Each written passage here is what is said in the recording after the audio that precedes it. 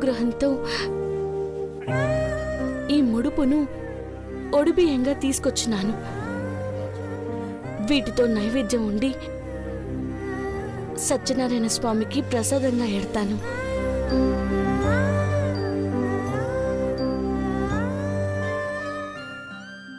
ఏం చేస్తున్నావు పార్వతి?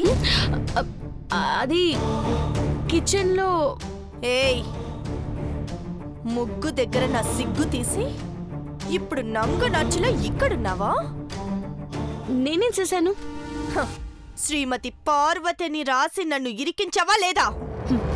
నేను ముగ్గేయలేదు. నీ చేత్తో నువ్వే ముగ్గేశానని అమ్మగారితో గొప్పగా చెప్పుకున్నావు కదా. తిట్టినా కొట్టినా పడుండాలి నీలాంబరి. ఇట ఆవేశపడితే గోడలు అనిపించుకోవు. నేను ముగ్గేయకుండానే నన్ను ఇరికించావని అర్థమైందే. నువ్వు ముగ్గేయకుండానే ఆడ కూసున్నావంటేనే అమ్మగారు తిట్టారంటే నీది కాని రూపం, నీది కాని జీవితంలో నటించే నువ్వు. నీ నిజస్వరూపం తెలిస్తే అమ్మగారు నిన్ను చంపి ముగ్గులో కలిపేస్తారు. నీలాంబరి, నీలాంబరి, ఇక్కడే ఉన్న ఎవరు మాట్లాడట్లేదేంటి? వంటగదిలో ఏమేమి ఉన్నాయో అడుగుతున్నారు నీలాంబరి అమ్మాయి గారు. ఇప్పుడే వంటలు నేర్చుకోవడానికి ట్రై చేయకు నీలాంబరి. నిదానంగా అన్ని వంటలు పార్వతి నేర్పిస్తుంది. యునో, తన వంటలు చాలా టేస్టీగా ఉంటాయి తెలుసా? చాలా సార్లు తిన్నాను కదా ఐశ్వర్య. ఇవాళ వంటల కన్నా ముందు నైవేద్యం ఉండాల్సింది అమ్మాయి గారు. Yes, correct. ఎస్, పార్వతి చెప్పింది కరెక్టే. వడిబియ్యం తీసుకొచ్చాను, 5 నిమిషాల్లో వండేస్తాను. ఇది ప్రిపేర్ చేసి దేవుడికి, ఆ తర్వాత నా భర్త దేవాకి ప్రసాదంగా పెట్టొచ్చు. పార్వతి, ఇక నువ్వు వెళ్ళు.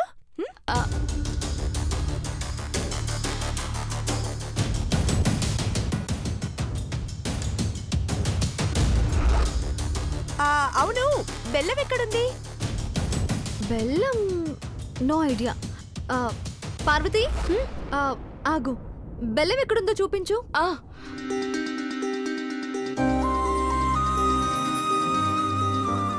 తీసుకోండి అమ్మాయి గారు. చూసావా నీలంబరి, పార్వతికి ఎక్కడ ఏమున్నాయో అన్నీ తెలుసు. తను లేకపోతే పని మొత్తం ఆగిపోతుంది కూడా.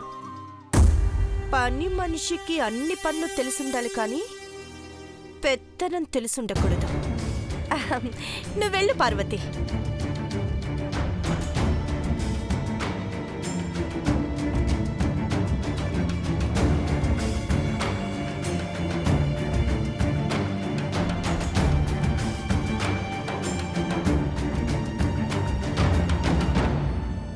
పాపం, నువ్వు అలా అంటే తను నొచ్చుకుంటుంది నీలాంబరి.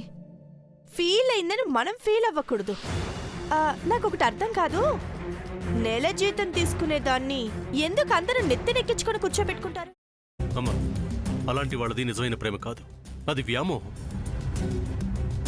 ఎగ్జాక్ట్లీ చిన్నత్త, నిజంగా ప్రేమించుకున్న వాళ్ళు అలా చేయరు.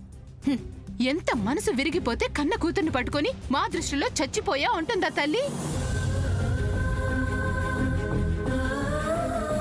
అది సరే అమ్మా, తన కూతురుతో తన మాట అనేటప్పుడు ఆమె మాటల్లో వ్యథ, కళ్ళల్లో బాధ గమనించావమ్మా? పెద్దబాబుకు బర్త్డే విషెస్ చెప్పు కూడా వెళ్ళాం కదా. ఊరికే ఎలా కాలిపోతుంది? మంట పెడితేనో పడితేనో తగలబడుతుంది.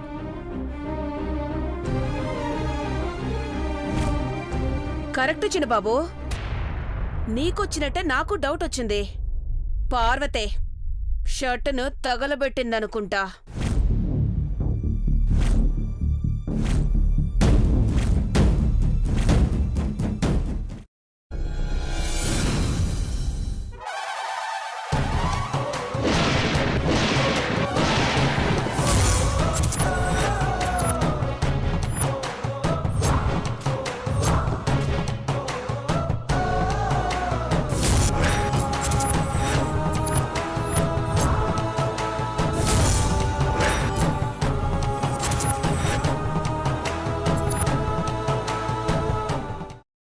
కున్న తర్వాత పొట్టు తీసేసి చాప్ చేసి పక్కన పెట్టుకోవాలి.